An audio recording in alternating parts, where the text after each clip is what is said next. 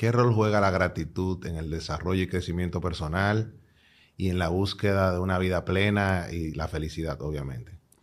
La gratitud es, yo creo que, un ejercicio necesario para saber valorar lo que se tiene. Y es impresionante la investigación que se ha hecho sobre la gratitud y el impacto en la salud, porque se ha demostrado que la gratitud produce algo en el sistema nervioso que genera un equilibrio tal que la tensión arterial se regula mucho mejor, personas diabéticas, el azúcar, los niveles de azúcar se gestionan mejor. Es decir, no cabe duda que el ser humano, cuando vive en la gratitud, tiende a estar más sano que cuando vive en la queja. Y es una estrategia muy sencilla, muy útil, muy estudiada en hospitales de la talla, la Clínica Mayo, en Rochester, Minnesota, donde tú antes de acostarte, o sea, antes de dormirte, recuerdas 3 o 4 cosas por las que te sientes agradecido y vas a ver cómo las encuentras. O sea, uno da por hecho que todo el mundo ve. No, hay mucha gente que es invidente, o que todo el mundo oye. No, hay mucha gente que no puede oír la música ni puede oír la voz de sus hijos. Hay mucha gente que da por hecho, pues eso, que lo normal es tener un techo en el que cubrirse. Hay mucha gente que no. Entonces, cuando vamos empujando nuestra atención para darnos cuenta no de lo que nos falta, sino de lo mucho que tenemos, entonces pasan cosas. Entonces, acostarse con este gesto de gratitud, que lo llegas a notar como sensación, es decir, no es un ejercicio intelectual, es una experiencia sensorial. Y cuando te levantas por la mañana y dices, ¿de qué estoy agradecido? Pues yo voy a decir una cosa que es como muy sencilla. A lo mejor que te has levantado sin ningún dolor. Hay gente que se levanta todos los días con dolores. Tiene lo que se llama dolor crónico. Todos sabemos lo que es levantarte y tener dolor de cabeza, o que te duele un diente, o que te duele una rodilla. Y sabemos cómo te afecta. Hay gente que todos los días se levanta con dolor. Y aún así, muchos de ellos, a pesar de eso, sonríen. Entonces, sencillamente para que nos demos cuenta de que la gratitud es una forma de ser y estar en la vida, que no solamente hace que estemos mucho mejor por dentro, desde el punto de vista afectivo, sino que además tiene un impacto clarísimo en la salud. ¿Qué tan importante es la mentalidad de abundancia y por qué tenemos que tratar de desarrollarla? La mentalidad de abundancia se desarrolla cuando tú entiendes que el universo es por naturaleza abundante. Yo creo que la mentalidad de abundancia es aquello que uno descubre cuando piensa en el bien de los demás, cuando no solo piensa en el suyo. Y la mentalidad de abundancia no solo tiene que ver con cosas materiales, porque si una persona solo tiene cosas materiales y no tiene personas que la quieran, un motivo real para vivir, una ilusión en su vida, etcétera, etcétera, es muy pobre. Entonces, la mentalidad de abundancia no tenemos que verla solo en las cosas, sino en las experiencias que tienes, en la gente que te quiere. Y hablemos un poquito del estrés. Lo primero, tenemos que superar una gran confusión que hay incluso hoy en día con el tema del estrés, porque equiparamos estrés con enfermedad. Lo mismo que equiparamos ambición con avaricia. No es lo mismo. Lo mismo que equiparamos a veces competir con rivalizar. Son dos cosas distintas. La vida sin estrés sería físicamente imposible. Es decir, los mecanismos del estrés no están por un capricho de la naturaleza, sino por una necesidad para ayudarnos a estar bien. Por ejemplo, los mecanismos de estrés se ponen en marcha cuando una persona percibe un peligro a su integridad física. Si no existieran mecanismos de estrés, nosotros no hubiéramos sobrevivido los 2,5 millones de años que lleva la especie Homo sobre la Tierra, ¿no? Si nosotros en un momento determinado no tuviéramos estrés, no tendríamos la motivación para alcanzar determinadas metas y conseguir determinados objetivos. No tendríamos la capacidad para superar determinadas pruebas porque el estrés tiene que aflorar determinados recursos. Por tanto, el estrés en su conjunto no es malo, es una reacción del organismo que incluye la dimensión física, la dimensión mental, emocional, relacional, etc., ante una novedad. Por tanto, vamos a hacer una distinción entre lo que es la forma útil, positiva, beneficiosa del estrés y lo que es la forma negativa. ¿Qué es la forma negativa de estrés? De hecho, tiene un nombre distinto, se llama distrés. Lo mismo que la forma positiva se llama eustrés. Estas son dos palabras que inventó pues, el padre de todo el estrés, el profesor austríaco Hans Selye. Entonces, el eustrés está muy bien quedándose donde está. Porque en ese momento en España decimos nos ponemos las pilas, nos ponemos más atentos, tenemos más energía, hay una mayor liberación de adrenalina. Esto es muy típico, por ejemplo, en cirugía. En cirugía, siempre que haces una intervención, sobre todo si son intervenciones complicadas o intervenciones de urgencia, tienes un punto de eustrés. Y ese punto de eustrés te ayuda a estar mucho más enfocado, no estar distraído, eres mucho más rápido, tienes más agilidad, no te cansas. Yo he hecho operaciones de 9 horas seguidas, una única operación y no te crees el nivel de aguante físico que puedes tener prácticamente sin moverte, porque el cirujano opera de pie, no se sienta como un oftalmólogo, como un neurocirujano, ¿no? Entonces, ¿qué es el distrés? El distrés es la forma crónica de estrés, es decir, no hay recuperación. Es decir, un cirujano, después de hacer una operación larga, tiene que descansar, tiene que recuperarse. Un ejecutivo, después de llevar a cabo un proceso complicado, una reunión difícil, en fin, todas estas cosas, tiene que descansar. Una persona que está estudiando en la universidad o en el colegio, después de un tiempo de intenso, tiene que descansar. Un padre, una madre que están dedicándose a sus hijos y les requiere muchísima dedicación, por el momento que tienen que descansar. ¿Qué es el distrés? El distrés es cuando tú quitas esos periodos de recuperación. Hoy sabemos que el gran problema en nuestra sociedad es que no hay procesos de recuperación. Estamos constantemente experimentando picos de estrés. Y esta forma de estrés es diferente hasta desde el punto de vista bioquímico, porque si bien hay cierto nivel de adrenalina, empieza a hacerse como dominante una hormona diferente que es el cortisol. Y el cortisol, liberado de esta manera, de forma constante y con cifras que pueden ser 20% superior a lo normal, es muy dañina al organismo. Entonces, esto es lo primero que tenemos que reconocer, que hay dos formas. Y que nos hemos acostumbrado a considerar que el estrés es siempre malo cuando es el distrés. Por tanto, ¿qué es lo primero que yo recomendaría a una persona? Lo primero que le diría es lo siguiente. Por más glamuroso que parezca que sea o que es el estar estresado, no es que no tengo tiempo para nada, esto es una ficción, esto es una falacia, esto es una mentira. Una persona distresada, una persona con estrés crónico es una persona cuya eficiencia se reduce de una manera brutal, cuyas relaciones se deterioran, cuya salud física empeora, cuyo estado de ánimo cae en picado. Por tanto, no tiene nada ventajoso. Mira que, Ney, que yo soy una persona que por entrenamiento siempre busco algo positivo en todo. Llevo años estudiando el distrés, hemos hecho trabajos de investigación con el distrés. No he encontrado nada positivo en el distrés. Nada. Nada. Entonces, ¿qué quiere decir? Pues que no tiene sentido. ¿Qué podemos hacer? Pues imponernos pausas de recuperación. Entender que la recuperación no es un lujo, es una necesidad. Las vacaciones no son un lujo, son una necesidad. Poder descansar un fin de semana, aunque sea unas horas, no es un lujo, es una necesidad. Y nuestra sociedad no para de inventar nuevos medicamentos para reducir la ansiedad y la depresión y no se va al origen, que es muchas veces la falta de recuperación. Da la sensación que una persona, todos tenemos agendas complicadas, eso no lo podemos negar, pero da la sensación de que la persona más exitosa es la que no tiene un minuto para nada. Bueno, yo creo que esto es un error, que lo compramos con mucha frecuencia, pero no es así. Entonces, yo lo que diría es, hay que buscar momentos de recuperación a lo largo del día. El propósito. Hablemos del propósito.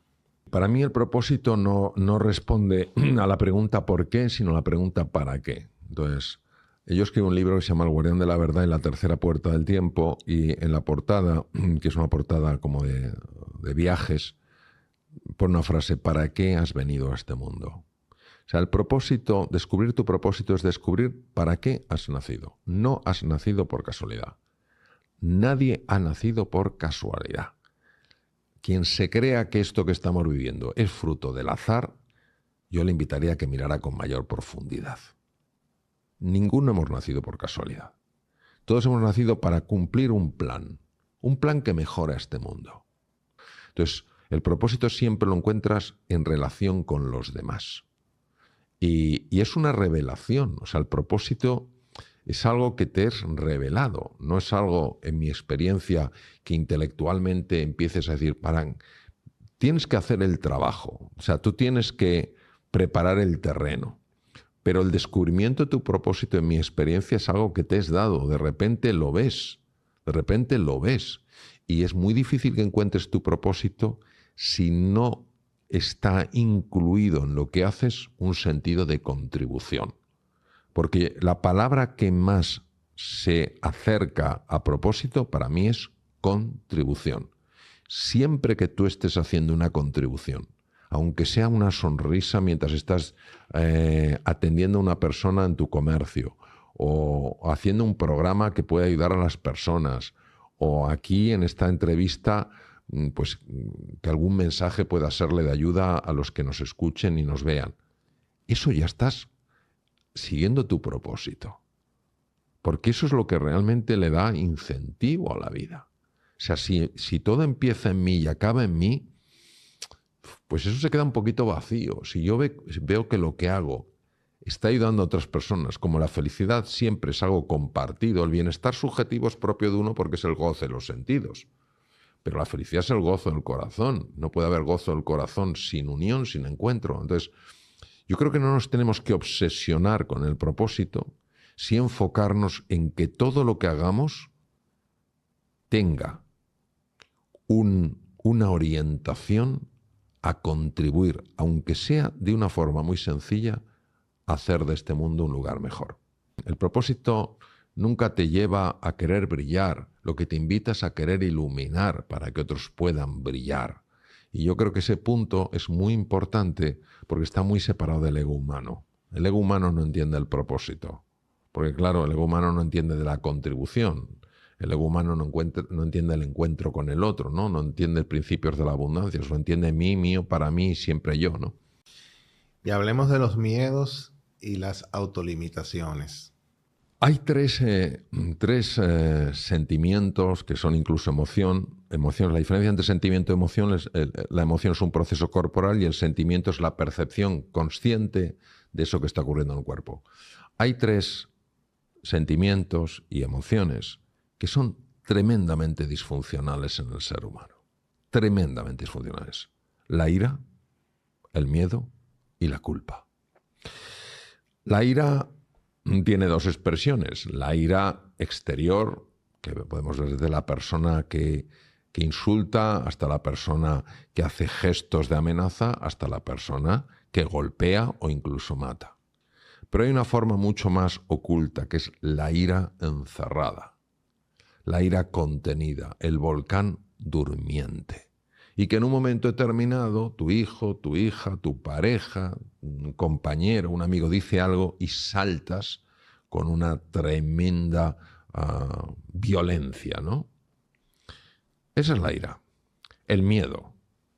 El miedo es una emoción que, ajustado en intensidad y en contexto, tiene todo el sentido del mundo. Si yo me voy a un parque natural en la India y no tengo precaución, sabiendo que hay serpientes cobra, sabiendo que hay tigres y sabiendo que hay leopardos, soy un insensato. El problema del miedo en el ser humano es que la mayor parte de los miedos son generados por la mente. Entonces, cuanto más miedo tenga yo a una persona, más la voy a atacar. Y voy a sentir que me estoy defendiendo. Yeah. Entonces hay que tener mucho cuidado porque la ira y el miedo son las dos caras de la misma moneda, exactamente la misma moneda.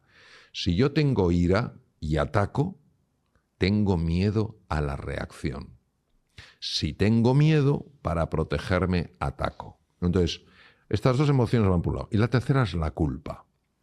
La culpa no tiene nada que ver, absolutamente nada que ver, con la tristeza por el error cometido y la llamada al arrepentimiento. He cometido un error, he hecho un daño, ha tenido unas consecuencias, lo siento profundamente y voy a ver cómo puedo reparar esto. Eso es necesario y perfectamente válido.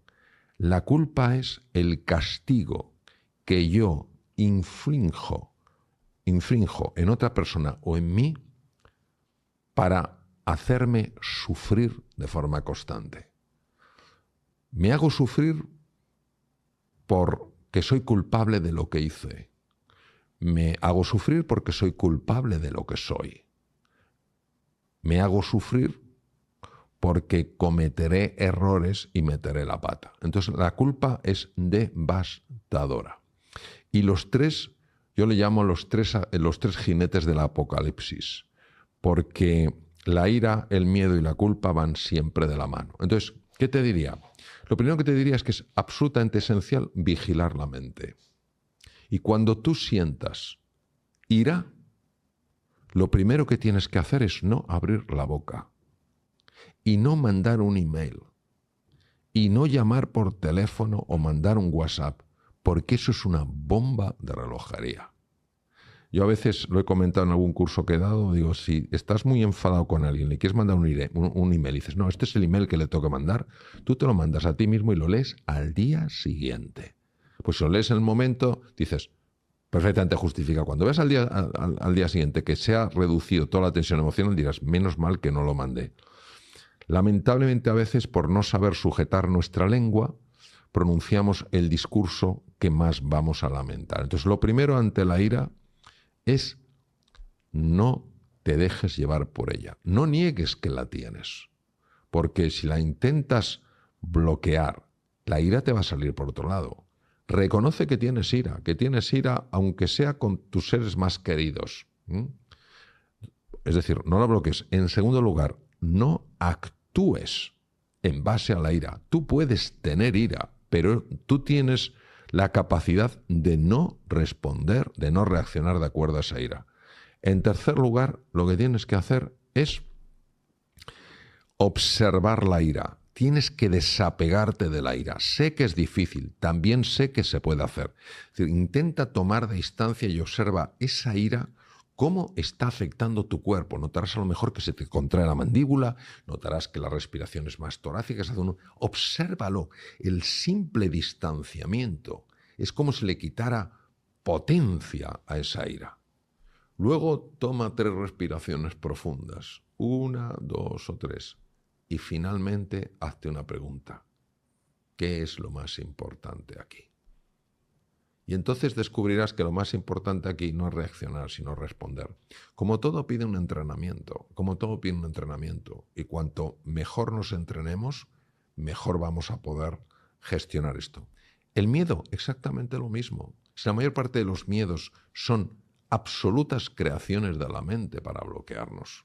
Descartes, un filósofo de la talla de él, el padre de la filosofía racionalista, escribió una carta al final de su vida que decía: mi vida estuvo llena de preocupaciones, la mayor parte de las cuales jamás sucedieron. Es decir, todo lo que es la proyección de un futuro horrible, empezar a sufrir ya, esos miedos son verdaderas engaños de la mente, lo que los hindús llaman maya, ¿no? de un espejo erróneo. ¿Y qué es lo que yo recomiendo? Yo lo que recomiendo es conocer la realidad. Para conocer la realidad tenemos que dejar de juzgar y empezar a explorar. Es decir, alguien dice una cosa y ya me lleno de ira, porque he dado por hecho que lo que yo he interpretado es la única realidad. Y no es la realidad, es una realidad, la mía. Si yo en ese momento juzgo y condeno y castigo, me sale mi ira o mi miedo, porque si mi ira le afecta a otra persona a ver cómo contraataca, yo no podré conocer. Si yo tengo la humildad de decir, mi realidad no es la realidad, es una realidad. ¿Qué es lo que has querido decir? Explícamelo.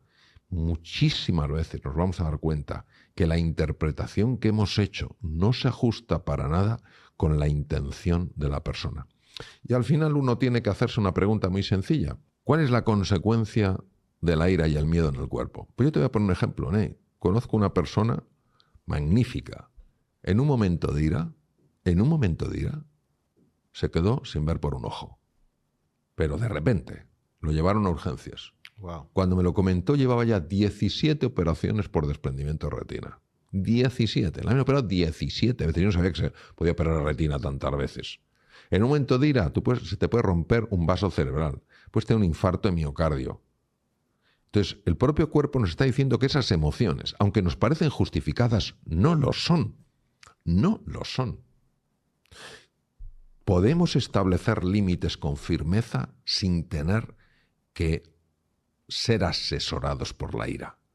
Porque en la ira tú eres consciente de lo que dices, pero no eres consciente de cómo lo dices. Entonces yo te diría que es un entrenamiento progresivo donde todos tenemos que ir ganando habilidad. Yo el primero, nos equivocaremos, pero aprenderemos. Ahí está también la resiliencia de la que hablábamos antes. La resiliencia es, me he equivocado, pero no me voy a castigar el resto de mi vida por haberme equivocado. ¿Qué puedo aprender de esto? Voy a volver. Y mañana lo haré mejor. Y mañana, pues si reacciono, reaccionaré con menos intensidad y durante menos tiempo. Y así es como vamos ganando ese espacio que se llama libertad. A mí me impresionó mucho algo que leí de San Pablo. Y decía, al final, solo se os va a examinar en una asignatura, en el amor. Y yo la verdad es que me quedé muy sorprendido. Dije, oye, cantidad de cosas que te pueden examinar en la vida en el amor. Y en su canto al amor habla de la sabiduría, habla no sé qué, de dominio de las lenguas y al final el amor. Entonces vamos a profundizar un poco en esta frase, para mí, tan sumamente acertada y profunda. El amor es el antídoto natural del miedo. ¿Por qué? Porque cuando tú amas a una persona, no la tienes miedo. Y porque cuando una persona te tiene miedo, pero se siente amada por ti, deja de tener miedo. Entonces, ¿de qué amor estamos hablando? No estamos hablando del amor como lo entendemos las personas, de forma que es un intercambio. Yo te amo si eres como yo quiero que seas. ¿Eh? O me correspondes. O, claro, yo te amo si tú me correspondes. O cosas tan horribles que se oyen a veces, fruto de nuestra ignorancia, nuestra maldad, si eres así, Dios no te va a querer. Con lo cual, imagínate la imagen que tenemos de ese Dios y no me extraña que tantas personas, lamentablemente, rechacen a alguien tan sublime, ¿no? Por esa conexión que han hecho. Entonces, ¿qué quiere decir? Que el amor es transmitirle a una persona: yo no te quiero por cómo eres o dejas de ser. Yo te quiero por quién eres. Yo te quiero por quién eres. Porque eres una persona digna de respeto, porque eres un ser humano. Y desde ese amor sí se pueden establecer límites. Y decir, hasta aquí no, pero yo no busco agredir a la persona. No estoy canjeando, tú te portas de una manera, yo te amo. Lo que estoy diciendo claramente es, estos son los límites. No está en juego el amor, pero sí está en juego a lo mejor que tú y yo sigamos juntos.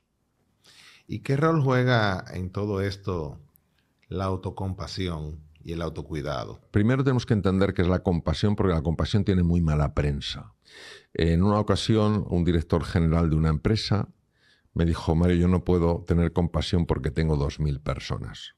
Y me dejó bastante descolocado.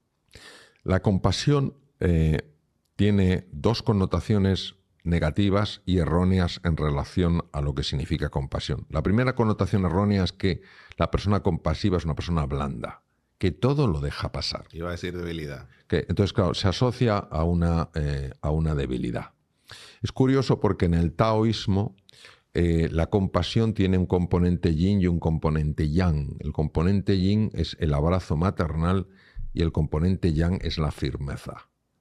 Es decir, tú eres firme estableciendo los límites, pero lo haces con amabilidad, no lo haces con dureza. Entonces, la compasión significa exactamente lo siguiente.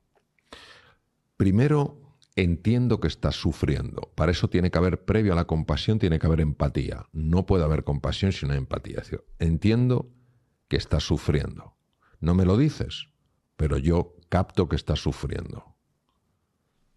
Número 2, tu sufrimiento no es, para mí, indiferente. En tercer lugar, quiero ayudarte a reducir ese sufrimiento. Esa es la compasión. Pero fíjate qué bonito, Ney, que la compasión se diferencia radicalmente de la lástima, en que en la lástima yo me siento superior a una persona, mientras que en la compasión yo me siento exactamente igual a esa persona. Entonces, cuando la compasión se pone en marcha, uno no se ve como inferior a la otra persona, sino como cercano, como alguien que quiere compartir destino contigo. Entonces, la compasión es importantísimo desarrollarla porque es el bálsamo que cura un montón de heridas. Respecto del autocuidado. El autocuidado brilla por su ausencia, entre otras cosas, porque fíjate, antes hablábamos de la ira, del miedo y de la culpa. Fíjate qué curioso, muchas personas, si se cuidan, se sienten culpables, porque asociamos erróneamente cuidarse con ser egoísta. Y esto lo he visto yo especialmente frecuente con mujeres, que si van al gimnasio, que si se cuidan, que tal cual, son egoístas porque tendría que estar en casa. No, todo el mundo necesita cuidarse. Hemos visto que la falta de cuidado favorece el estrés crónico. Entonces, ¿cuidarse qué es? Cuidarse es quererse, es respetarse y es valorarse. ¿Eso qué quiere decir? Quiere decir que si tengo que cuidar mi cuerpo, tengo que respetar mi cuerpo y tengo que valorarlo. Yo no puedo meterle basura. Lo mismo que no dejaría que echaran un cubo de basura en el salón más bonito de mi casa, en la habitación más bonita de mi casa. No lo permitiría.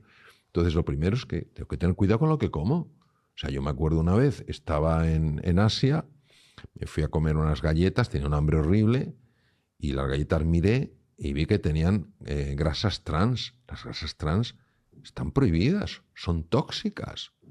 Chico, pues cuidado, a la basura, y me aguanto con mi hambre. Entonces, cuidado, si veo que el ejercicio físico yo lo necesito porque pierdo masa muscular, las articulaciones sufren, el corazón sufre, etc., cuidarse implica querer mi cuerpo, pero también cuidarse implica querer mi dimensión psicológica, mi dimensión mental. Si yo me estoy castigando constantemente, me estoy recriminando todas las cosas que hago mal, si no soy capaz de reconocerme nada de lo que hago bien, si siempre estoy acusándome y declarándome culpable, ¿dónde está ese cuidado de la mente? Me convierto en mi peor enemigo. Y luego cuidarse también es la dimensión más espiritual, más anímica, es decir, cuidarse también implica buscar esa reconexión con el misterio, con la naturaleza, con los demás. Entonces, ¿por qué muchas veces no nos cuidamos? Primero, porque no somos verdaderamente conscientes de las consecuencias de no cuidarse. Siempre le va a pasar al vecino. A mí esto no me va a pasar. Eso es lo primero. Y en segundo lugar, Ney, porque realmente no nos queremos. Nos aguantamos. Fíjate lo que dijo Blaise Pascal en el siglo XVII, el gran filósofo francés. Dijo, he descubierto el origen de la infelicidad del ser humano. Toma ya. Su incapacidad para mantenerse solo en una habitación. Fíjate que se han hecho estudios, esto va a ser difícil de creer, es real, donde personas han preferido recibir descargas eléctricas a quedarse solos en su habitación. Si tú te das cuenta hoy en día, el nivel de distracción que hay, ¿por qué hay tanto nivel de distracción? ¿Por qué necesito distraerme cada 2x3? Porque me cuesta estar solo, me cuesta estar sola.